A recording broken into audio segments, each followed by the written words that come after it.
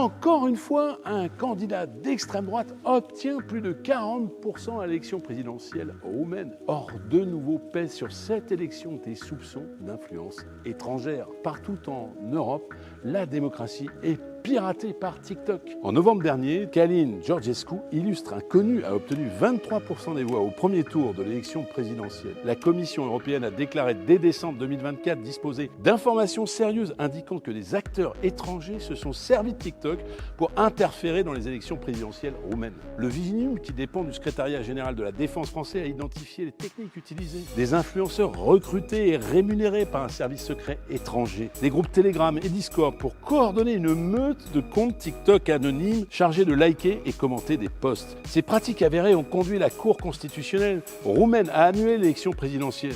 Mais la manipulation ne s'arrête pas là. Georges Simion, une autre figure de l'extrême droite, a pris le relais. Il surfe sur des idées popularisées par Georgescu quelques mois plus tôt. Idées antisémites. Pour lui, la Shoah était un problème mineur. Pro-russe en souhaitant la fin des aides aux réfugiés ukrainiens. Violente en déclarant vouloir écorcher vif sur la place publique les personnes responsables de l'éviction de Georgescu. Ce phénomène dépasse largement la Roumanie. Slovaquie avec Fico sur Meta, Allemagne avec Elon Musk qui a boosté sur X-Live devenu la deuxième force politique du pays. Le 17 décembre 2024, la Commission européenne a lancé une enquête contre TikTok sur son rôle dans la campagne présidentielle roumaine. 5 mois plus tard, nous n'avons aucun retour de cette enquête. La Commission européenne doit utiliser tout son arsenal juridique. Le DSA qui permet de lutter activement contre la désinformation en obligeant les plateformes à modérer leur contenu. L'IA Act qui doit entrer en vigueur prochainement pour lutter entre autres contre les deepfakes. Il faut aussi lancer sans délai un grand plan de formation de la population européenne contre la désinformation, tant c'est un enjeu majeur pour la démocratie. La réalité, c'est que si l'Union européenne tarde à réagir, un peu comme la cavalerie qui arrive toujours en retard, ce n'est pas une ou deux démocraties européennes qui tomberont,